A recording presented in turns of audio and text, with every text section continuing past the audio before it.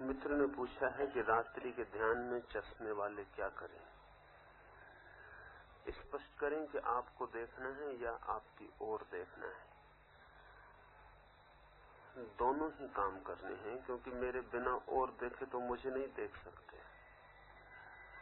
मेरी ओर तो देखना ही है, लेकिन सिर्फ ओर ही नहीं देखना है, क्योंकि ओर बहुत बड़ी बात है, उसमें और भी बहुत कुछ आता है। मेरी ओर देखना है, लेकिन मुझे ही देखना है। चश्मा लगाए ही रखें। रात के प्रयोग में आपको चश्मा निकालने की कोई जरूरत नहीं है। कम से कम जो बैठे हैं उन्हें तो बिल्कुल जरूरत नहीं है। जो खड़े हैं वो चश्मा निकाल लेंगे। तो जिनको देखने की तकलीफ हो, दूर से न देख सकते हो, तो वो मेरे पास मंच के पास ही खड़े होंगे। बैठे हुए लोगों को चश्मा निकालने की कोई जरूरत नहीं। साथ में पूछा है कि इस प्रयोग में जो आंखों पर 40 मिनट तक स्टेन पड़ता है, क्या वह विज्ञान सम्मत है?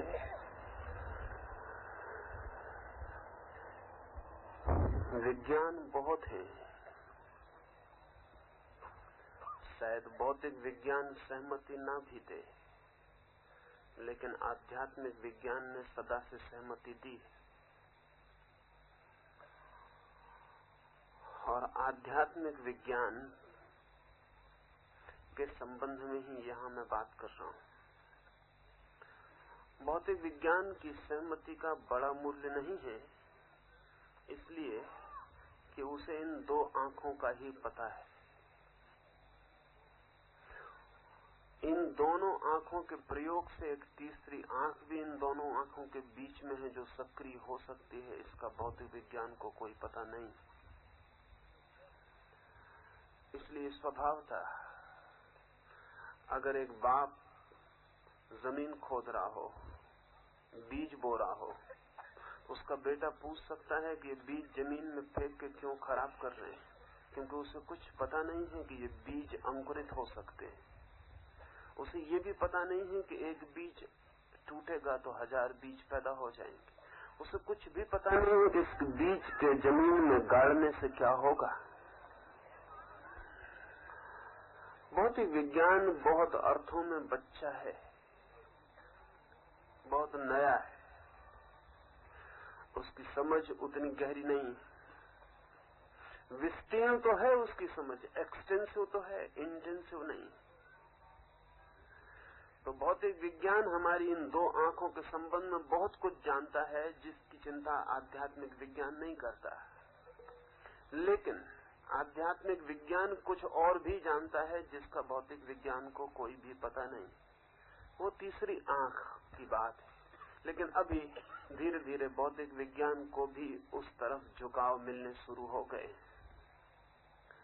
साधारणतः अगर आप बिना किसी आध्यात्मिक संकल्प के 40 मिनट तक आंखों को एक साथ खोल के रखें तो आंखों को नुकसान पहुंचेगा। ध्यान रहे, मैं एक कंडीशन की बात कर रहा हूं। अगर आप बिना किसी आध्यात्मिक कारण के, बिना किसी आध्यात्मिक संकल्प के 40 मिनट तक आंखों को खुला रखें तो आंखों को नुकसान पहुंचेगा। लेकिन यदि आप एक आध्यात्मिक संकल्प के साथ भीतर सोई हुई शक्ति को जगाने के लिए 40 मिनट नहीं 4 घंटे भी आंखों को खुला रखें तो नुकसान नहीं पहुंचेगा। क्योंकि वो जो संकल्प है भीतर, वो तीसरी आंख को खोलने का काम शुरू कर देता है। अगर वो संकल्प नहीं है तो तीसरी आंख के खुलने का काम शुरू नहीं होता।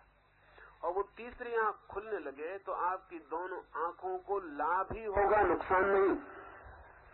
उन्होंने ये भी पूछा है कि क्या ये संभव है कि इस प्रयोग से कमजोर आंखों की शक्ति बढ़ जाए। संभव नहीं है, सुनिश्चित है।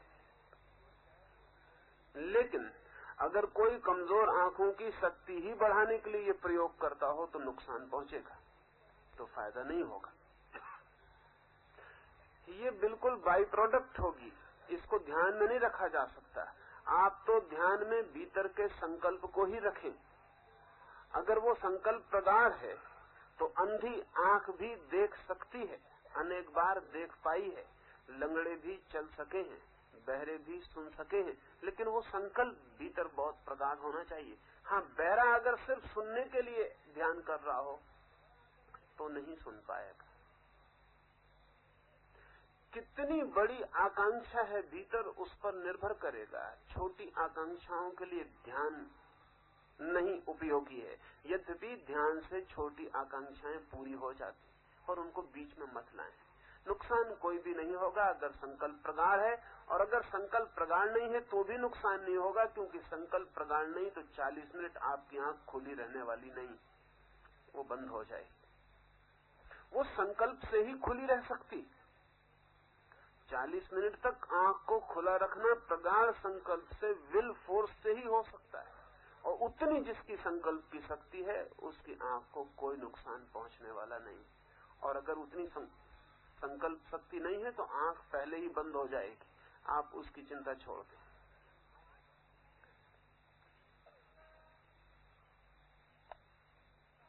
एक दूसरे मित्र ने पूछा है कि इस्लाम के साधक मक्का में हज के लिए जाते हैं, क्या वो भी ध्यान नहीं है? वो भी ध्यान की एक प्रक्रिया है, लेकिन शायद ठीक नहीं होगा कहना कि है, कहना होगा ठीक कि थी, अब है नहीं। कभी थी। दुनिया में सारे धर्मों का जन्म ध्यान की प्रक्रिया के बिना नहीं हुआ है। कोई धर्म दुनिया में जन्म नहीं ले सकता ध्यान की गहरी प्रक्रिया के बिना। लेकिन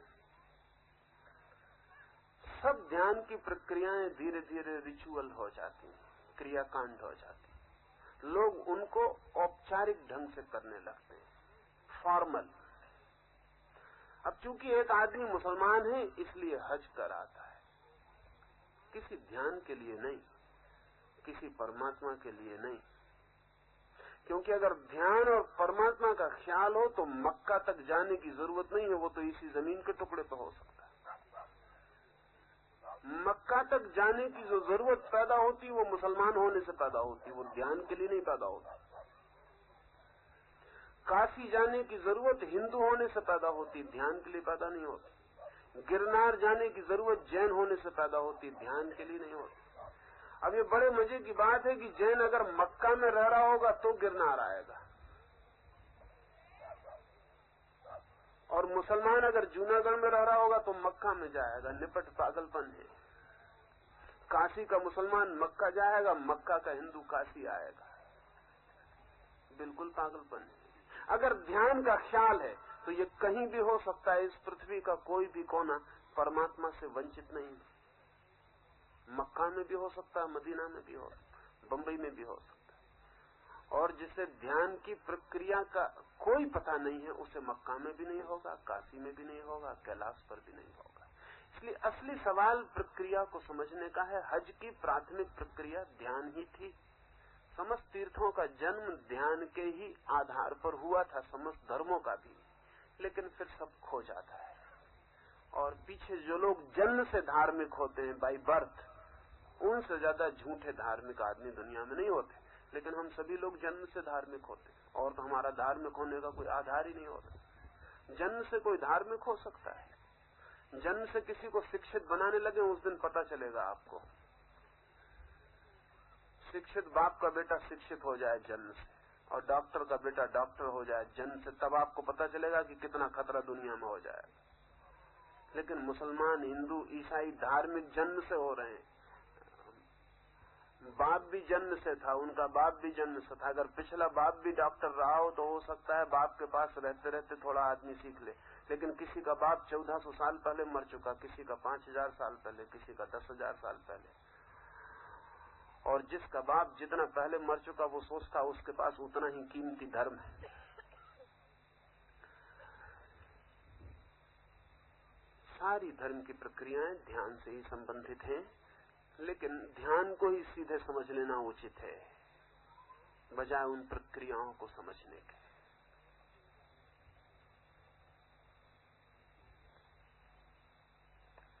एक मित्र ने पूछा है कि हम कैसे पहचानें कि हमारे भीतर कुंडलिनी का जागरण हुआ है। जब आपके सिर में दर्द होता है तो कैसे पहचानते हैं? जब आपके पेट में भूख लगती है तो कैसे पहचानते हैं? जब शरीर बीमार होता है तो कैसे पहचानते हैं, जब स्वस्थ होता है तो भीतर से कैसे पहचानते हैं। ठीक ऐसे ही भीतर की कोई भी घटना अनजानी नहीं जा सकती, कुंडलनी भी पहचान ली जाती है। जिन्होंने जानी वे कुछ बातें कह गए हैं, वे सांकेतिक हो सकती हैं, लेकिन उनसे कुछ अर्थ नहीं होता, क्योंकि प्रत्येक व्यक्ति के भीतर फर्क पड़ेगा, थोड़ा थोड़ा फर्क पड़ेगा। लेकिन कुछ सूचक बातें समझी जा सकती हैं बाहर से, समझ में तो भीतर ही आएंगी जब घटना घटेगी। जैसे कि हमने कभी आग देखी है तो आग की लपट सदा ऊपर की तरफ जाती है, पानी सदा नीचे की तरफ जाता है। पानी को बेसहारा छोड़ दें तो गड्ढों में उतर जाएगा, आग को बेसहारा छोड़ दें तो आकाश में खो जाएगी। आकाश का ऊर्ध्वगमन ऊपर की तरफ जाना स्वभाव है, पानी का अधोगमन नीचे की तरफ जाना स्वभाव है।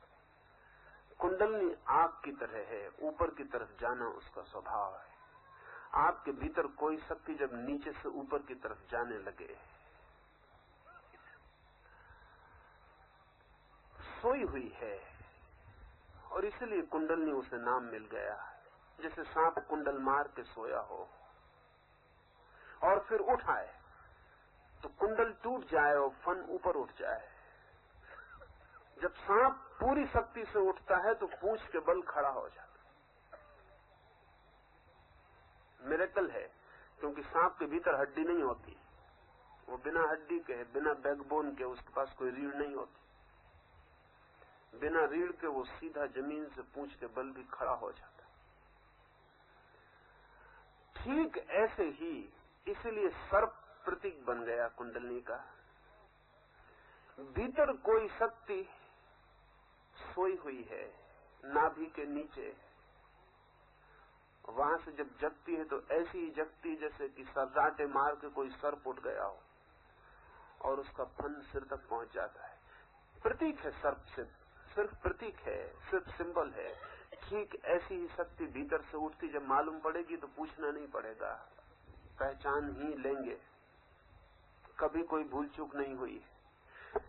उन्होंने एक बात और पूछी है कि एकाग्रता का, तीव्र श्वास का प्रयोग हमने बहुत बार किया, लेकिन जैसा अनुभव आपकी उपस्थिति में हो रहा है वैसा अनुभव कभी नहीं हुआ।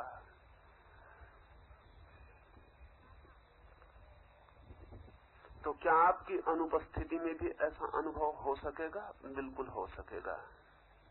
एक बार अनुभव हो जाए तो उसे फिर आपसे छीना नहीं जा सकता। कहीं भी हो जाए, किसी भी स्थिति में हो जाए, एक बार भिखारी जान ले कि उसकी जेब में हीरा पड़ा है, एक क्षण को भी, तो भिखारी नहीं रह जाता। और किसी स्थिति में जाना हो, फिर स्थिति खो जाए, ये भी हो सकता है कि भिखारी को एकदम से पता भी नहीं चले कि खीसा कहाँ है जहाँ हीरा रखा है, लेकिन फिर भी भिखारी भिखारी नहीं। अब वो रास्ते पे चल रहा है तो और ही आदमी। और जिसने एक बार अपने हीरे को जान लिया वो रास्ता खोज लेगा, फिर खोज लेगा, उसमें बहुत कठिनाई होने वाली नहीं। बड़ा सवाल पहले स्वाद का है। जिस चीज का हमें कोई स्वाद नहीं उसकी हम खोज ही नहीं करते। तो अगर स्वाद भी मिल जाए, और समूह में स्वाद मिलने में सरलता हो जाती। मेरी ही मौजूदगी अकेली काफी नहीं है, यहाँ इतने लोगों का संकल्प भी आपके आसपास मौजूद है। ये सारे लोग मिलकर, इनका सबका संकल्प मिलकर एक साइकिक एटमॉस्फेयर, एक विशेष वातावरण निर्मित कर देता है। उस वातावरण में आप जितने साधारणता जिस ऊंचाई पे होते हैं उससे ज्यादा ऊंचे उठ जाते हैं। आपको पता नहीं है कि अगर 50 आदमी तेज चल रहे हो और आप उनके बीच में हो तो आप इतने तेज चलने लगेंगे जितना आप कभी नहीं चले थे, क्योंकि 50 आदमी चारों तरफ से एक रिदम पैदा करते और उनके साथ आप भी गति में आ जाते। कमजोर से कमजोर आदमी 50 बहादुरों के बीच में बहादुर हो जाता है, उसे पता भी नहीं चलता कब हो गया। वो 50 लोगों का संकल्प, 50 लोगों की संकल्प की शक्ति एक वातावरण निर्मित करती जिसमें आप बदल जाते हैं। बुरे आदमी के पास आप बुरे हो जाते हैं, अच्छे आदमी के पास अच्छे हो जाते हैं। आदमी जैसा भी आदमी है, आप जैसे हैं, तो आप कोई एक स्थिर चीज नहीं है, फिक्स्ड चीज नहीं है। थर्मामीटर की तरह पूरे वक्त नीचे ऊपर होते रहते हैं। बाहर गर्मी बढ़ती तो आप ऊपर नीचे हो जाते हैं, ठंड होती तो ऊपर नीचे हो जाते हैं। कोई आदमी फिक्स्ड नहीं है। तो आदमी चारों तरफ की स्थिति से ऊंचा नीचा होता रहता है। अगर बुरे आदमी चारों तरफ इकट्ठे हैं तो आप तत्काल नीचे हो जाते हैं। अगर चारों तरफ भले लोग इकट्ठे हैं तो आप ऊपर हो जाते हैं। ये जो मैंने अभी हज की बात की, ये हज या तीर्थ अच्छे लोगों को इकट्ठा करने के प्रयोग थे कभी, कि सारे अच्छे लोग एक जगह इकट्ठे हो जाएं तो जो वो अकेले नहीं कर पाते हैं वो इकट्ठे में शायद हो जाए। शायद उन सब की इकट्ठी संकल्प की शक्ति उस हवा को, उस वातावरण को, उस मैग्नेटिज्म को पैदा कर दे कि जो उनसे अकेले नहीं हो पाया वो सबके बीच हो जाए। और फिर एक बार हो जाए तो पीछे बार बार हो सकता है। एक बार मुझे पता चल जाए कि मैं 6 फीट ऊंचा कूद सकता हूं, तो फिर मैं कभी अकेले में भी कूद सकता हूं। इसलिए घबराए ना, मेरी गैर मौजूदगी में भी हो जाएगा। लेकिन अभी मेरी गैर मौजूदगी की फिक्र न करें, अभी 3-4 दिन मौजूदगी की फिक्र करें। अभी इन 3-4 दिन जितना मौजूदगी से हो सकता है उसकी पूरी फिक्र कर लें, फिर हो सकेगा।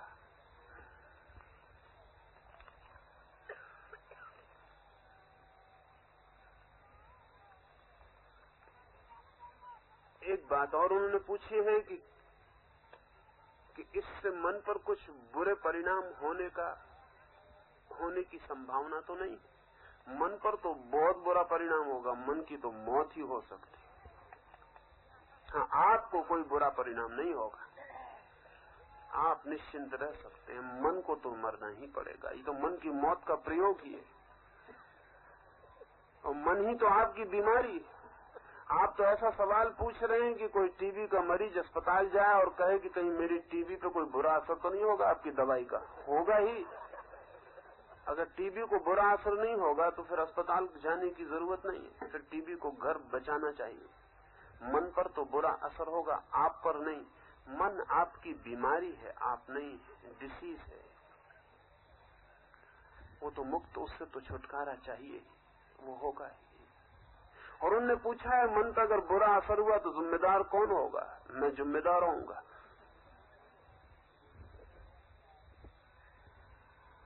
निश्चित ही मैं जिम्मेदार होऊंगा।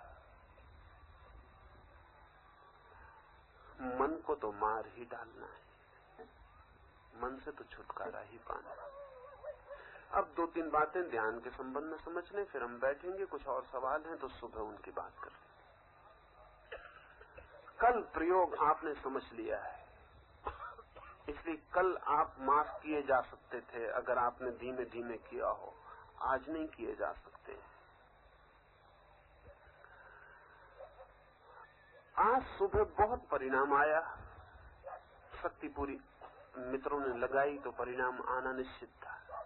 आज रात उससे परिणाम कई गुना ज्यादा हो जाएगा, लेकिन शक्ति पूरी लगानी जरूरी है।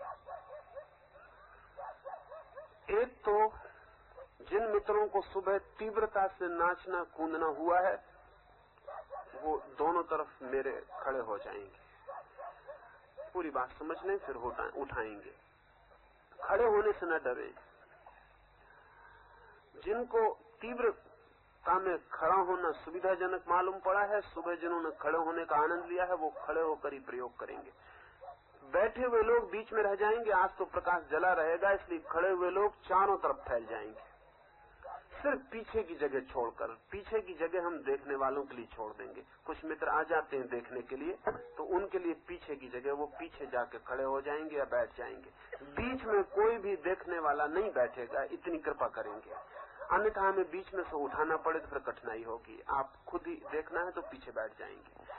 आस-पास भी देखने वाले खड़े नहीं होंगे, देखने वाले सभी पीछे चले जाएंगे ताकि वो वहां से आराम से देख सके। प्रकाश जला रहेगा, वो पूरी तरह से देख पाएंगे। देखने वालों से दूसरा निवेदन है, और कहीं खड़े नहीं होंगे, पीछे खड़े होंगे। दूसरा, बात नहीं करेंगे, इतनी कृपा करेंगे कि देखते रहें चुपचाप, बात पीछे कर लें 40 मिनट के बाद, यहां दूसरों को बाधा न पहुंचाएं। जो लोग खड़े हैं और जो लोग ध्यान में बीच में बैठे रहेंगे, उनको पूरे 40 मिनट आंख खुली रखनी है। और मुझे देखते रहना है। सारी शक्ति आंख ही बन जाए और आंख मुझे देखती रहे। 40 मिनट तक आंख झपकानी ही नहीं है। आंसू बहने लगे, जलन पड़ने लगे, उसकी फिक्र छोड़ें। जब आंसू पड़ने लगे और जलन पड़ने लगे तभी ठीक मौका है। तब आप जरा ही चूकते हैं तो आंख बंद हो जाएगी, तब पूरी ताकत लगा दें, आंख खुली रखें।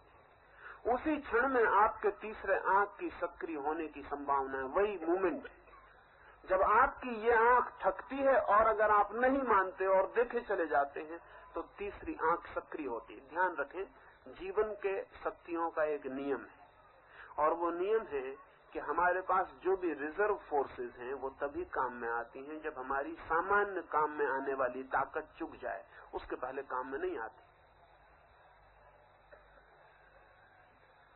आपने कई बार ख्याल किया होगा कि अगर आपको भूख लगी है 11 बजे और आपने खाना नहीं खाया तो साधारणतः 12 बजे भूख और बढ़ जानी चाहिए, लेकिन 12 बजे भूख कम हो जाएगी, 1 बजे और कम हो जाएगी, बढ़ेगी नहीं। क्योंकि भूख के लिए जो सामान्य शक्ति काम करती थी उसने काम करके देख लिया, वो काम नहीं हुआ, तो आपके पास जो रिजर्व फोर्सेस हैं भोजन की वो छूट जाएंगी, वो पेट को भर देंगी। अगर रात आपको 12 बजे नींद आ रही है, जमाई आ रही है, आप परेशान हो रहे हैं और आप 1 घंटे जग गए, नहीं सोए, तो आपकी नींद और बढ़ जानी चाहिए, नहीं, लेकिन आप 1 बजे पाएंगे कि नींद खो गई, आप सुबह की तरह ताजे हो गए। क्यों? क्योंकि देख लिया, सामान्य ताकतें काम करके देख ली, आप नहीं माने, तो शरीर के पास जगने की जो विशेष ताकत है वो उसने शरीर को दे दी। हमारे शरीर के पास प्रत्येक शक्ति के रिजर्व फोर्सेस हैं, रिजर्वायर्स। इसलिए एक आदमी 90 दिन तक बिना खाए जिंदा रह सकता है। तो शरीर की सारी सिस्टम बदल जाती है। 7 दिन के बाद शरीर में भूख लगती नहीं फिर, क्योंकि शरीर छोड़ ही देता है सामान्य काम, उसके पास जो रिजर्व फोर्सेस हैं उनको देना शुरू कर देता है। आदमी कितना ही जाग सकता है, कितना ही भूखा रह सकता है, आदमी कितना ही दौड़ सकता है, लेकिन सब रिजर्व फोर्सेस तभी काम में आती हैं जब आपकी सामान्य ऑर्डिनरी फोर्स बेकाम हो जाती। तो जब आपकी आंख थक जाए और झपकने लगे तभी आप समझना कि ठीक मौका है। उस वक्त जरी आप चूकते तो खराब हो जाता, उस वक्त पूरी ताकत लगा दें। थोड़ी ही देर में आंख की जलन चली जाएगी, आंसू चले जाएंगे, आंख ताजी हो जाएगी और आप पाएंगे कि आपके भीतर से कोई और चीज भी देखना शुरू हो गई। ये जो प्रयोग है, इसमें जिन मित्रों को सुबह के प्रयोग में श्वास से आनंद मालूम पड़ा हो और उनको रात में भी लगे कि श्वास लेनी है, वो श्वास ले सकते हैं, वो बाहर खड़े होकर या बैठ के श्वास ले सकते हैं। जो लोग बैठे हैं वो भी थोड़ी सी जगह बना के बैठेंगे, क्योंकि शरीर घूम सकता है और घूमे तो उसे घूमने देना है। ठीक सुबह के प्रयोग जैसा शरीर में कुछ भी हो तो उसे होने देना है, जोर से। अगर चीखने का मन हो तो जोर से चीख लेना है, कपने का मन हो तो जोर से कप लेना है, जो भी हो, हंसना, रोना, चिल्लाना, कुछ भी हो उसे पूरा कर लेना और पूरे समय ध्यान और आंख मेरी तरफ, शरीर कुछ भी करे तो उसे करने देना, उसे रोकना नहीं। मैं 40 मिनट चुप रहूंगा। इस 40 मिनट में जब आप मेरी ओर देखते रहेंगे तो बहुत कुछ दिखाई पड़ सकता है, उससे भयभीत होने की जरूरत नहीं। और साथ ही जो लोग इस 40 मिनट में सच में ही देखते रहेंगे संकल्प पूर्वक, उनसे मेरे भीतरी संबंध स्थापित हो जाएंगे, उनसे मैं कुछ कहना भी चाहूंगा तो कह सकूंगा, वो भी उन तक ट्रांसफर हो जाएगा। और भी एक बात एक मित्र ने पूछी है कि आपकी गैर मौजूदगी में हम कुछ करें और कुछ हो जाए तो क्या? तो आप अगर अभी मुझसे संबंध बना लेते हैं मौन का, तो फिर मेरी गैर मौजूदगी में कहीं भी वो संबंध बनाया जा सकता है, लेकिन यहां बन जाए तो ही बनाया जा सकता, अन्यथा बनाना मुश्किल। और वो बन सकता है, उसमें जरा भी अड़चन नहीं।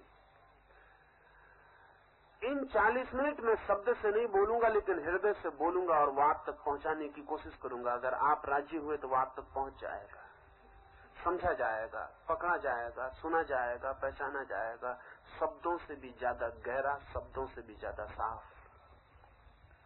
हाथ से जरूर आपको इशारे करूंगा, वो इशारे आपके भीतर जब मुझे लगेगा कि शक्ति जग रही है और मुझे लगेगा कि आप उसे रोक रहे हैं, तब मैं इशारा करूंगा कि आप उससे रोके मत और उठने दें।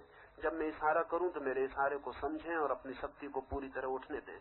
उस वक्त रोना निकले, चिल्लाना निकले, कांपना निकले, नाचना निकले, उससे निकल लेते हैं, पूरी ताकत लगा दें। 40 मिनट आपकी जिंदगी के लिए अविस्मरणीय बन सकते हैं। जब आ ही गए हैं तो खाली हाथ मत लौट जाएं। जिन मित्रों को देखना हो, हालांकि वो ना समझ मित्र हैं जो देखने आ गए होंगे, लेकिन ना समझों के लिए भी जगह होनी चाहिए, वो वहां पीछे चले जाएं।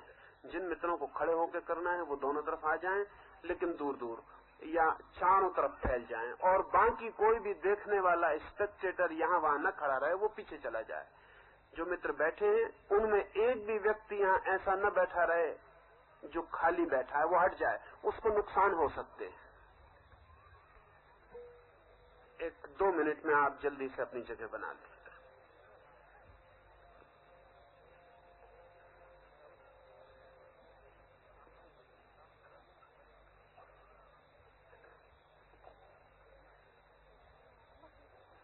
बातचीत जरा न करें, बातचीत की कोई भी जरूरत नहीं है। देखने वाले लोग पीछे चले जाएं।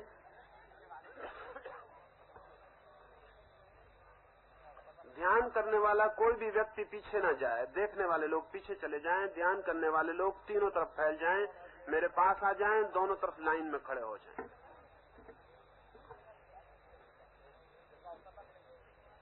खड़े होकर करते तो उतार लेंगे।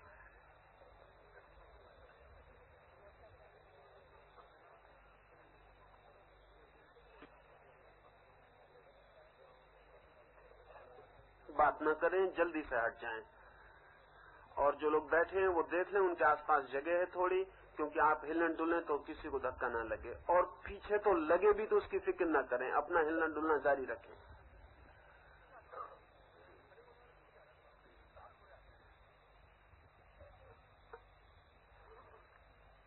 जो मित्र देखने खड़े हैं वो बात नहीं करेंगे 40 मिनट, इतना भी बड़ा संयम होगा, इससे भी उन्हें थोड़ा लाभ होगा। सिर्फ देखते रहें। तो मैं मान लूं कि आपने जगह चुन ली, थोड़ा बाहर हट के खड़े हों, वहां बैठने वालों को दिक्कत होगी। खड़े होने वाले थोड़े हटाएं, बैठने वाले अलग हो जाएं ताकि बीच में न पड़े, क्योंकि खड़े होने वाला कोई गिर जाए कुछ हो तो आपको तकलीफ होगी। थोड़ी सी जगह छोड़ने, वो नाचेंगे कूदेंगे तो दिक्कत होगी। बैठने वाले और खड़े होने वालों में थोड़ा सा फासला छोड़ने ताकि कोई गिर न जाए। आज तो लाइट है इसलिए दूर दूर हो जाएं। ठीक 2 मिनट के लिए आंख बंद कर लें, हाथ जोड़ के संकल्प कर लें, फिर हम ध्यान में प्रविष्ट हों। दोनों हाथ जोड़ लें, आंख बंद कर लें, परमात्मा को साक्षी रख के संकल्प कर लें। मैं प्रभु को साक्षी रख के संकल्प करता हूं कि ध्यान में अपनी पूरी शक्ति लगाऊंगा। मैं प्रभु को साक्षी रख के संकल्प करता हूं कि ध्यान में अपनी पूरी शक्ति लगाऊंगा। मैं प्रभु को साक्षी रख के संकल्प करता हूं कि ध्यान में अपनी पूरी शक्ति लगाऊंगा। आप अपने संकल्प को भूल मत जाना, प्रभु आपके संकल्प को कभी नहीं भूलता है। हाथ छोड़ दें, आंख खोल लें, मेरी ओर देखना शुरू करें। 40 मिनट संकल्प पूर्वक बहुत कुछ होगा, जो भी हो उसे होने देना है।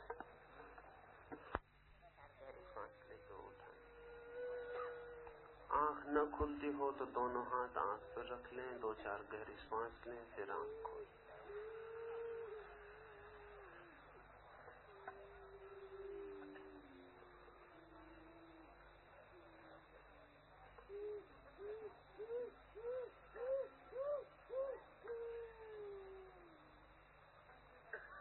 दो तीन बातें ख्याल में ले लें। प्रयोग में आपने मेहनत की, लेकिन और भी की जा सकती है। कोई 50% के करीब मित्र गहरे गए, लेकिन बाकी 50% पीछे छूट जाएं, वो भी सुखद नहीं है। जिन्होंने आज मेहनत की है वे कल और ज्यादा मेहनत करें, जिन्होंने नहीं की है वे भी मेहनत करें। बहुत दूर नहीं है मंदिर परमात्मा का, लेकिन एक कदम उठाने तक की कंजूसी हमसे हो जाती। और हम एक कदम चलें तो परमात्मा 1000 कदम चलने को हमेशा तैयार है, लेकिन हम एक कदम ही नहीं चल पाते। छोड़ें संकोच, छोड़ें भय, कोई क्या कहेगा इसकी चिंता छोड़ें। जिसने ये चिंता की कि कोई क्या कहेगा, वो कभी भी सत्य की खोज पर नहीं निकल सकता है। जिसने ये चिंता की हंसी ना आ जाए, रोना ना आ जाए, नाचना ना आ जाए, जो जरा भी पागल होने में डरा, वो परमात्मा की यात्रा पर नहीं निकल सकता है। एक अर्थ में परमात्मा को केवल वे ही खोज पाते हैं जिनकी प्यास इतनी गहरी है कि उसके लिए पागल भी हो सकते हैं। जिनकी प्यास इतनी गहरी नहीं है कि उसके लिए पागल हो सके, उन्हें उस यात्रा की तरफ आंखें ही नहीं उठानी चाहिए। आशा रखता हूं कल सुबह फिर हम और गहरा प्रयोग करें। इन 5 दिनों में चाहूंगा कोई भी खाली हाथ ना जाए। वैसे आपने तय ही कर रखा हो किसी ने कि खाली हाथ ही जीना है, तब तो परमात्मा की सामर्थ्य के भी बाहर है कि आपके हाथ को भर दे। उनके ही हाथ भर सकते हैं जिन्होंने हाथ फैलाए, लेकिन जो मुट्ठियां बांध के खड़े रह गए, उनके हाथ खाली ही रह जाते। कोई सवाल होंगे तो सुबह आपकी बात कर लूंगा। हमारी रात की बैठक पूरी हुई।